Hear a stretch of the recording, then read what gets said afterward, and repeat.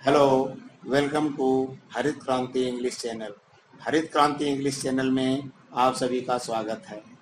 आज हम English grammar के सबसे इम्पोर्टेंट चैप्टर टेंस के बारे में पढ़ेंगे। टेंस क्या है? टेंस का मतलब होता है काल या समय। टेंस तीन प्रकार के होते हैं। प्रेजेंट टेंस मतलब वर्तमान काल, दूसरा है पास्ट टेंस यानी भूतकाल या बीता हुआ समय, और तीसरा टेंस है फ्यूचर टेंस भविष्य काल या आने वाला समय। तो काल जो समय है केवल तीन ही होते हैं। अब इन्हीं तीनों समय के बारे में हम लोग बातचीत करते रहते हैं, जो डेली दिनचर्या बातचीत करते हैं ऑफिस में, घर में, स्कूल में, कॉलेज में, ये हम तीनों टेंस के अंतर्गत ही करते हैं। और टेंस को हम जो है ना इंग्लिश ग्रामर का बैकबोन, टीचर से, कॉलेज में, ऑफिस में, कहीं भी जो बातें हम करते हैं वो ये तीनों वर्तमान काल, भूतकाल और भविष्य काल, ये तीनों में मिला करके ही कहीं न कहीं से बात होती है। तो ये टेंस का पढ़ना बहुत ही जरूरी है। अगर ये हम टेंस के बारे में जानकारी हासिल कर लें तो हम हिंदी से अंग्रेजी में ट्रांसलेट करने के लिए, अनुवाद करने के लिए हम पूरा सक्षम हो जाएंगे। बिना किसी के हेल्प का हम हिंदी प्रेजेंट टेंस, जो टेंस का पहला पार्ट है वो प्रेजेंट टेंस है, वर्तमान काल। अब इसके जो चार पार्ट्स हैं, ये कह सकते हैं कि ये फैमिली में जो टेंस की फैमिली है, प्रेजेंट टेंस, पास्ट टेंस और फ्यूचर टेंस, ये तीन तो मेन हो गए। अब इन तीनों के चार चार जो है पार्ट्स हैं। अब पहला पार्ट्स में हम प्रेजेंट इंडेफिनिट टेंस के बारे में स्टडी करेंगे, संक्षिप्त में स्टडी करेंगे। इसका बृहद में तो बाद में हम करेंगे अगले वीडियो में। अभी प्रेजेंट इंडेफिनिट टेंस का हम पहले तो पहचान देखेंगे कि अगर जिन हिंदी वाक्य अंत में ता है, ती है, ते है, ता हो लिखा हुआ मिलता है ना, उससे आप समझ जाइए कि वो प्रेजेंट इंडेफिनिट टेंस है। अब प्रेजेंट इंडेफिनिट टेंस पहचानने से तो आपको काम बनेगा नहीं। अब हिंदी से अंग्रेजी में जब ट्रांसलेट करेंगे, जब अनुवाद करेंगे, तो रूल, नियम, फार्मूला पता होना चाहिए। अब फार्मूला ये रट लीजिए, अब याद कर लीजिए। फार्मूला है सब्जेक्ट प्लस वर्ब, वीवन, वीवन का मतलब वर्ब का फर्स्ट फॉर्म, प्लस उसमें यस अथवा यस जोड़ दीजिए, प्लस ऑब्जेक्ट। जैसे फॉर एग्जाम्पल हम बता दे रहे हैं, एक एग्जाम्पल, राम स्कूल जाता है। अब ता है आ गया, राम स्कूल जाता है। अब ता है से हम पकड़ लिया कि वो प्रेजेंट इंडेफिनिट टेंस है। अब उसका हम अनुवाद हम करेंगे, राम स्कूल जाता है, तो राम सब्जेक्ट है, राम ये गो का वर्ब, जाना का फर्स्ट फॉर्म गो है, तो Ram goes to school. Ram school जाता है, राम गोस टू स्कूल। अब दूसरा है प्रेजेंट टेंस का जो दूसरा पार्ट है, प्रेजेंट कंटीन्यूअस टेंस। अब प्रेजेंट कंटीन्यूअस टेंस में कोई लिखा हुआ है सेंटेंस, राम स्कूल जाता है, राम स्कूल जा रहा है, राम स्कूल जा चुका, तो कैसे आप पहचानोगे कि कौन सा प्रेजेंट कंटीन्यूअस टेंस है? तो प्रेजेंट कंटीन्यूअस टेंस की पहले पहचान आप देख लो, रट लो, याद कर लो। जैसे जिन हिंदी वाक्य अंत में रहा है, रहे हैं, रहा हूं आदि आए, उसे आप समझ जाओ कि प्रेजेंट कंटीन्यूअस टेंस है। अब प्रेजेंट कंटीन्यूअस, जैसे राम स्कूल जा रहा है, आप तो समझ लिए, पहचान आपको याद हो गया। जिन हिंदी वाक्य अंत में रहा है, रही है, रहे आता है, तो उसे हम प्रेजेंट कंटीन्यूअस टेंस बोल देंगे। ये तो आप समझ गए कि राम स्कूल जा रहा है। लेकिन अनुवाद कैसे करेंगे? जब तक कि आपको रूल, नियम या फार्मूला नहीं याद रहेगा, तब तक आप उसका अनुवाद हिंदी से अंग्रेजी में अनुवाद नहीं कर पाएंगे, ट्रांसलेट नहीं कर पाएंगे। इसके लिए आप ये सब्जेक्ट, ये जो रूल है, ये याद कर लीजिए। रूल क्या है? Subject plus is, am, are. Is, am, are में एक ही लिखेंगे, subject plus is, am, are plus verb का फर्स्ट फॉर्म, उसमें आईएनजी जोड़ देंगे, प्लस ऑब्जेक्ट। फॉर एग्जाम्पल जैसे हमने लिखा राम स्कूल जा रहा है, अब रहा है मतलब लास्ट में रहा है, आप समझ गए कि ये प्रेजेंट कंटीन्यूअस टेंस है। अब राम स्कूल जा रहा है, अनुवाद कैसे करेंगे? राम सब्जेक्ट है, राम, राम, राम के साथ सिंगुलर पर्सन के साथ ई जाता है, he, she, it and name of any person के साथ ई जाता है, आई के साथ एम आता है, दे और यू के साथ आर आता है। तो ये हम आपको डिटेल्स में बताएंगे। अभी हम पूरा नहीं, हम सिंपल आपको बता रहे हैं कि Ram is going to school. Ram subject है, इज हेल्पिंग वर्ब आ गया, और गो का फर्स्ट फॉर्म उसमें आएंगे, जो गोइंग, गो का गोइंग हो गया, और ऑब्जेक्ट स्कूल हो गया। Ram is going to school, इसका मतलब प्रेजेंट कंटीन्यूअस टेंस का आपने अनुवाद भी कर लिया। क्योंकि आपको फार्मूला पता है, subject plus is am are plus verb का फर्स्ट पार्ट प्लस ऑब्जेक्ट। अब आ जाइए present perfect tense. Present perfect tense की पहचान पहले आपको जानना पड़ेगा ना, कि जो लिखा हुआ हिंदी में कोई सेंटेंस लिखा हुआ है, आपको पहले उसको पहचानना है ना। आप इंग्लिश, हिंदी से इंग्लिश में जब ट्रांसलेट करेंगे ना, तो पहले आपको पहचानना पड़ेगा ये कौन सा टेंस का कौन सा पार्ट है। जब आप ये पहचान लेंगे तब आपको जरूरत पड़ेगी कि रूल क्या, फार्मूला क्या है, कैसे हम हिंदी से इंग्लिश में ट्रांसलेट करेंगे। तो पहले प्रेजेंट परफेक्ट टेंस की पहचान देखिए। पहचान ये है, जिन हिंदी वाक्य में चुका है, चुके हैं, लिया है, दिया है, दिए हैं आदि आता है, उससे आप समझ जाइए कि प्रेजेंट परफेक्ट टेंस है। अब तो आप पहचान लिए, जैसे राम खाना खा चुका है, चुका गया राम, राम खाना खा चुका है। अब चुका से आपने पकड़ लिया कि प्रेजेंट परफेक्ट टेंस है, आपने पकड़ लिया। अब भाई हम अनुवाद कैसे करें, हमको तो नियम नहीं पता है, हम तो हिंदी से अंग्रेजी में कैसे अनुवाद करें, कैसे ट्रांसलेट करें, तो हमें नियम ही नहीं पता है। अब नियम को हमें याद करना पड़ेगा। तो नियम देखिए लिखा हुआ है, रूल, नियम या फार्मूला, सब्जेक्ट प्लस है या है प्लस वर्ब का थर्ड फॉर्म और प्लस ऑब्जेक्ट। तो सब्जेक्ट प्लस है प्लस वर्ब का थर्ड फॉर्म प्लस ऑब्जेक्ट, इतना आपको पता है तो आप प्रेजेंट परफेक्ट टेंस का हिंदी से अंग्रेजी में अनुवाद कर सकते हैं। जैसे राम स्कूल जा चुका है, तो सब्जेक्ट राम हो गया, राम के साथ Ram name of any person, he she it, name of any person के साथ एज लगता है, आई वी यू दे के साथ हैव लगता है, तो राम है, तो राम हैज। अब गो का थर्ड फॉर्म तो गो, वेंट, गॉन, तो गो का थर्ड फॉर्म गॉन होगा, जीओ यानी गॉन, तो Ram has gone to school, हो गया प्रेजेंट परफेक्ट। हाँ, तो ये देखिए लास्ट जो प्रेजेंट टेंस का लास्ट फॉर्म है वो है प्रेजेंट परफेक्ट कंटीन्यूअस टेंस। तो प्रेजेंट परफेक्ट कंटीन्यूअस टेंस में आपको जो है पहचान के बारे में अगर हम देखें तो कंटीन्यूअस टेंस जो दूसरा टेंस है, कंटीन्यूअस टेंस, इसमें परफेक्ट लग गया है, तीसरा और दूसरे का कॉम्बिनेशन हो गया है, तो perfect present perfect continuous tense हो गया है। अब इसमें जैसे कंटीन्यूअस में रहा रही है, उसी तरह से परफेक्ट कंटीन्यूअस में भी रहा रही आता है, लेकिन उसमें एक अलग से आ जाता है से मीन्स टाइम अलग से आ जाता है, बाकी सब सेम ही होता है, प्रेजेंट कंटीन्यूअस जैसा ही। तो प्रेजेंट परफेक्ट कंटीन्यूअस टेंस की पहचान ये है, जिन हिंदी वाक्य के अंत में से रहा है, से रही है, से रहे हैं आदि आता है, उसे हम प्रेजेंट परफेक्ट कंटीन्यूअस टेंस बोलते हैं। अब इसका पहचान, अभी तो आपने जो है पहचान तो देख लिया कि अगर कोई सेंटेंस दिया हुआ है और उसमें जैसे वो 2 घंटे से पढ़ रहा है, अगर से 2 घंटा हटा दीजिए तो प्रेजेंट कंटीन्यूअस टेंस हो जाएगा, वो पढ़ रहा है। लेकिन 2 घंटे से आपने लगा दिया तो वो 2 घंटे से पढ़ रहा है, तो अब ये हो गया प्रेजेंट परफेक्ट कंटीन्यूअस टेंस। ये तो आपका हो गया पहचान। अब पहचान से तो काम चलेगा नहीं, अब इसको हिंदी से इंग्लिश में ट्रांसलेट करने के लिए हमें फार्मूला चाहिए, हमें नियम चाहिए कि हमें क्या क्या उसमें किस हिसाब से लगाना है, ठीक है ना। तो वो रूल्स नियम ये है, ये इसका कि पहले सब्जेक्ट प्लस हैज है प्लस बीइंग प्लस वर्ब का फर्स्ट फॉर्म, उसमें प्लस आईएनजी जोड़ेंगे प्लस ऑब्जेक्ट प्लस सिंस या फॉर, सिंस निश्चित समय के लिए, फॉर अनिश्चित समय के लिए, प्लस टाइम। इतना ये नियम है, इस नियम को आप याद कर लीजिए। इस नियम को याद करके दिमाग में रखेंगे तो जब भी प्रेजेंट परफेक्ट कंटीन्यूअस टेंस आएगा तो उसका जब अनुवाद करेंगे तो आपको बहुत ही आसानी हो जाएगा। हाँ, वेलकम टू हरित कामटे इंग्लिश चैनल।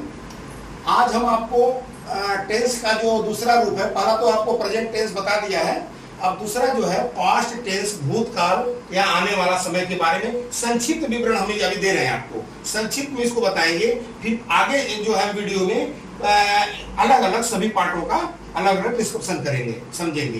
तो पास्ट टेंस का जो पहला, पास्ट टेंस के भी 4 प्रकार आपको बता ही दिया था, प्रेजेंट टेंस के 4 प्रकार हैं, इसी तरह से पास्ट टेंस के 4 प्रकार हैं और इसी तरह से फ्यूचर टेंस के 4 प्रकार हैं। तो अब हम प्रेजेंट टेंस के चारों प्रकार के संक्षिप्त में पढ़ लिए हैं, अब हम पास्ट टेंस के भूतकाल के ये चारों प्रकार संक्षिप्त में पढ़ेंगे। संक्षिप्त में पढ़ने का मतलब ये कि केवल हम पहचान समझ जाएं और रूल समझ जाएं, बस। उसके बाद तो हम प्रैक्टिस जो है 1 बाय 1 करके हम अगले वीडियो में करेंगे।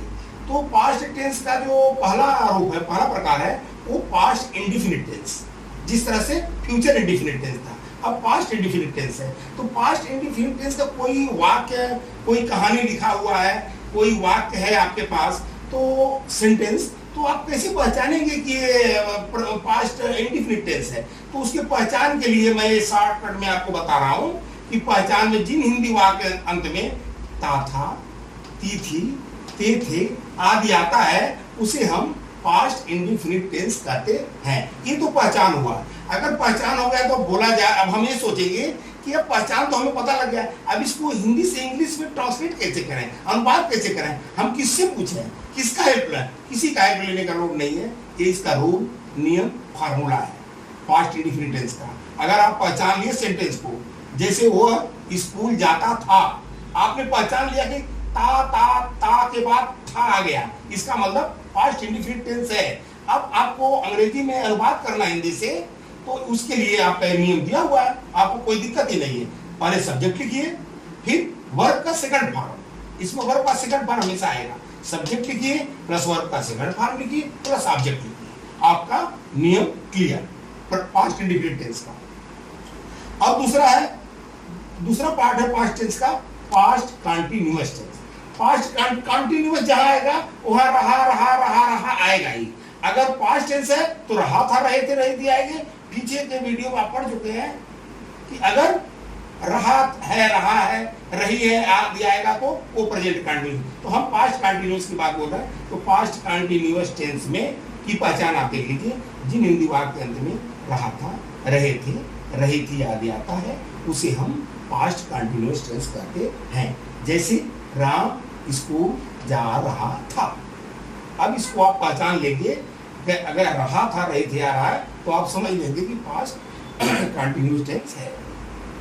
अब आपको टेंस तो देख लिया आपने, अब आप पहचान भी लेंगे पास्ट कंटीन्यूअस टेंस है। अब उसको हिंदी से इंग्लिश में ट्रांसलेट करने के लिए आपको नियम रूल पता होना चाहिए। वो नियम रूल ये लिखा हुआ, इसको आप याद कर लीजिए, नोट कर लीजिए। जैसे सब्जेक्ट प्लस वाज वर्ब, था थे थी की अंग्रेजी, था की अंग्रेजी वाज, थे की अंग्रेजी वर्ब।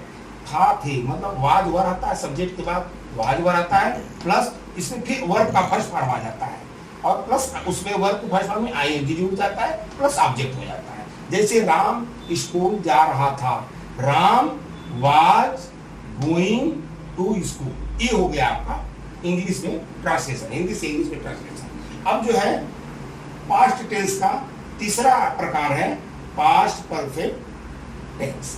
पास्ट परफेक्ट टेंस की पहचान देख लीजिए। जिन हिंदी वाक्य के अंत में चुका था, चुके थे, लिया था, दिए थे, दिया था आदि आता है, उसे आप समझ जाना कि पास्ट परफेक्ट टेंस है। ये तो आपको पहचान हो गया। जैसे मैं खाना खा चुका हूं, राम खाना खा लिया है, राम किताब पढ़ लिया था, है नहीं, राम किताब पढ़ लिया था, मैं खाना खा लिया था, तो लिया आ रहा है, ठीक है ना। वो स्कूल जा चुका था, चुका आ गया। तो जिन हिंदी वाक्य के अंत में चुका था, चुके थे, लिया था, दिया था आदि आता है, उसे हम प्रेजेंट पास्ट परफेक्ट टेंस कहते हैं।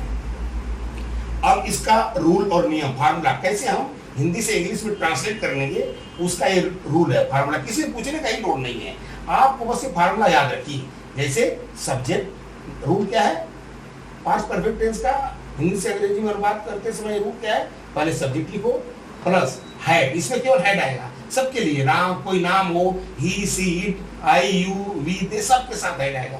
Subject plus had plus verb का थर्ड फॉर्म प्लस ऑब्जेक्ट। तो ये हो गया नियम पास्ट परफेक्ट टेंस का। अब आ जाइए पास्ट टेंस का सबसे लास्ट टाइप्स, वो है पास्ट परफेक्ट कंटीन्यूअस टेंस।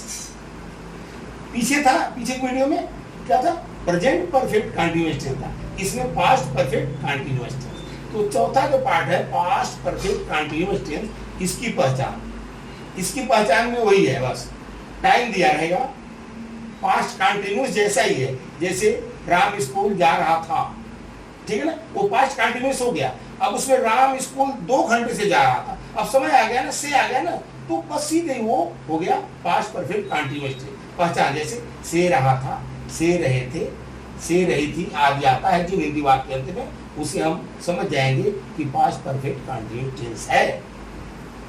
अब उसके रूल्स, हिंदी से अंग्रेजी में अनुवाद करने के जो रूल है वो आप देखिए। रूल क्या है? Subject plus had plus been, मतलब हैड बीन इसमें लगेगा ना, subject plus had plus been plus verb का फर्स्ट फॉर्म नहीं लगेगा, क्योंकि जहां आईएनजी आएगा वहां हमेशा कहीं भी आप देखेंगे जहां जिस वर्ब में, मेन वर्ब में आईएनजी आएगा वहां फर्स्ट का फॉर्म नहीं लगेगा। तो first form plus ING, verb का first form plus ING plus object, plus object के बाद अब देखिए और आ जाता है। सभी में देखिए आपने कि लास्ट में ऑब्जेक्ट आता है, लेकिन इसमें object past perfect continuous tense हो, चाहे प्रेजेंट परफेक्ट कंटीन्यूअस टेंस हो, चाहे फ्यूचर परफेक्ट कंटीन्यूअस टेंस हो, ऑब्जेक्ट के बाद भी इसमें कुछ आ जाता है, वही साइन टाइम वाला, प्लस सिंस फॉर आ जाएगा और साथ में टाइम आ जाएगा।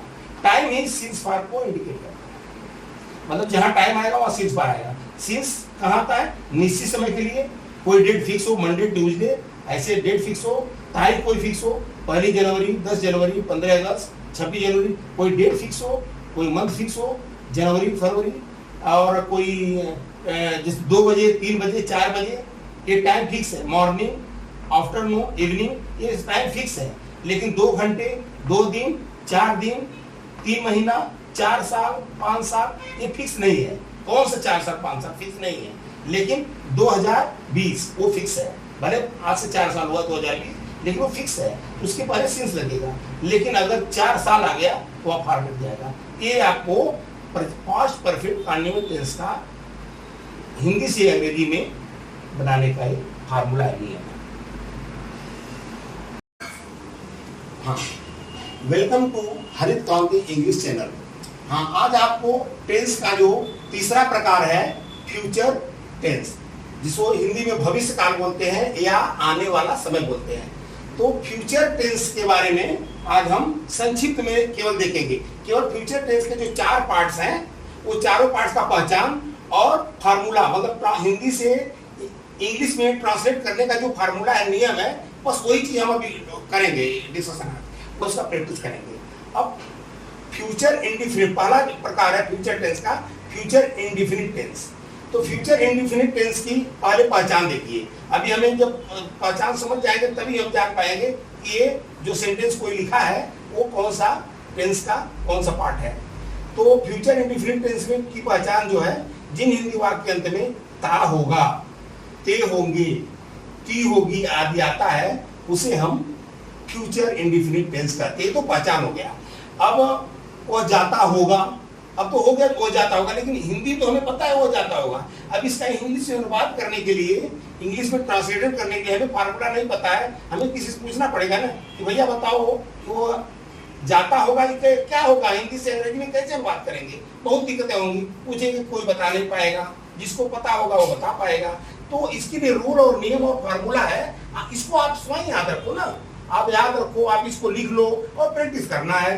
रूल इसका है, फ्यूचर इंडिफिनिट टेंस का जो है रूल है सब्जेक्ट प्लस विल, इसमें विल आएगा, फ्यूचर इंडिफिनिट टेंस में विल आएगा। बाकी जो है ना प्रेजेंट इंडिफिनिट टेंस और पास्ट इंडिफिनिट टेंस में जो है और था की अंग्रेजी इज, एम, आर या वाज वर नहीं लिखते थे, लेकिन इसमें यही फ्यूचर इंडिफिनिट जो टेंस है, इसमें है जो लास्ट लेटर है गा, उसका हम विल लिखते हैं। तो ये नियम है फ्यूचर इंडिफिनिट टेंस का फार्मूला, नियम जिसे बोलते हैं subject plus will plus verb का फर्स्ट फॉर्म प्लस ऑब्जेक्ट। ये हो गया आपका नियम। हिंदी से अंग्रेजी में ट्रांसलेट अनुवाद करने का ये फार्मूला है, ये नियम है। ये फार्मूले को आपको पता होगा तो आप कोई भी फ्यूचर इंडिफिनिट टेंस का वाक्य होगा तो उसको आप हिंदी से अंग्रेजी में आराम से लिख सकते हैं। फ्यूचर कंटीन्यूअस टेंस, दूसरा फ्यूचर टेंस का जो दूसरा पार्ट है फ्यूचर कंटीन्यूअस टेंस। अब फ्यूचर कंटीन्यूअस टेंस की पहचान देख लीजिए। जिन हिंदी वाक्य अंत में रहा होगा, रहे होंगे, रही होगी आदि आता है, उसे हम फ्यूचर कंटीन्यूअस टेंस बोलते हैं। अब इसका नियम, जैसे एग्जाम्पल दे लीजिए, वो स्कूल जा रहा होगा, अब रहा होगा आ गया ना, तो आपको समझ जाना चाहिए कि ये फ्यूचर कंटीन्यूअस टेंस है। अब इसका अंग्रेजी में अनुवाद कैसे करेंगे, हिंदी में तो लिखा हुआ है वो स्कूल जा रहा होगा। अब इसका इंग्लिश में अनुवाद करने के लिए आपको रूल और फार्मूला पता होना चाहिए। ठीक है ना। तो ये रूल फार्मूला लिखा हुआ है, इसको लिख लीजिए, याद कर लीजिए। जैसे सब्जेक्ट पहले आएगा, सब्जेक्ट के बाद विल, विल के साथ बी, फिर उसके बाद वर्ब का फर्स्ट फॉर्म, फिर उसमें आईएनजी प्लस ऑब्जेक्ट। ये फार्मूला आप याद रखिए फ्यूचर कंटीन्यूअस टेंस का, हिंदी से अंग्रेजी में बात करने के लिए। अब आ जाइए फ्यूचर टेंस का तीसरा पार्ट, जिसे फ्यूचर परफेक्ट टेंस बोलते हैं। फ्यूचर परफेक्ट टेंस की पहचान क्या है? जिस हिंदी वाक्यांश में चुका होगा, चुकी होगी, लिया होगा आदि आता है, उसे हम फ्यूचर परफेक्ट टेंस बोलते हैं। ये तो हो गया पहचान। अब रूल, रूल में देखिए, रूल में है सबसे पहले सब्जेक्ट प्लस विल प्लस है प्लस वर्ब का third form plus object. Perfect में वर्ब का थर्ड फॉर्म आता ही आता है प्लस ऑब्जेक्ट। ये हो गया रूल आपका। हाँ, तो फ्यूचर टेंस का जो चौथा पार्ट है फ्यूचर परफेक्ट कंटीन्यूअस टेंस, इसकी पहचान देख लीजिए। जिन हिंदी वाक्यांश में से रहा होगा, से रहे होंगे, से रही होगी आदि आता है, उसे फ्यूचर परफेक्ट कंटीन्यूअस टेंस कहेंगे। अब इसका अनुवाद करने के नियम, हिंदी से अंग्रेजी में अनुवाद करने के रूल, नियम या फार्मूला, ये क्या है? सबसे पहले सब्जेक्ट लिखेंगे, प्लस विल या से लिखेंगे, प्लस है लिखेंगे, फिर प्लस बी लिखेंगे, फिर प्लस वर्ब का फर्स्ट फॉर्म लिखेंगे, उसमें आईएनजी जोड़ देंगे, प्लस ऑब्जेक्ट लिखेंगे, प्लस सिंस या फॉर समय के लिए, और प्लस टाइम 2 घंटा, 2 बजे, 4 दिन, वो टाइम आ गया। ठीक है ना। तो ये है अनुवाद करने के नियम, फार्मूला और रूल। आइडेंटिफाई द टेंस, इसमें क्या करना है? ये जो 5 टेंस में लिखा हूँ, राम स्कूल जाता है, वो सुबह से पढ़ रहा है, वो फुटबॉल खेल चुके हैं, मोहन खाना खा रहा है, राम हर दिन 1 किलोमीटर दौड़ता है। ये जो टेंस दिए हुए हैं, इस टेंस को आपको आइडेंटिफाई करना है, बताना है और कमेंट करना है, ताकि हमें ये पता लगे कि आप लोग जो हमने शॉर्टकट में जो वीडियो मतलब बताया है टेंस के बारे में, उसमें कितना जानकारी आपको हासिल हुआ है। कमेंट जरूर करिए और इसका सलूशन हम अगली वीडियो में आपको बता दें। Please like, share, comment and subscribe हरित क्रांति चैनल।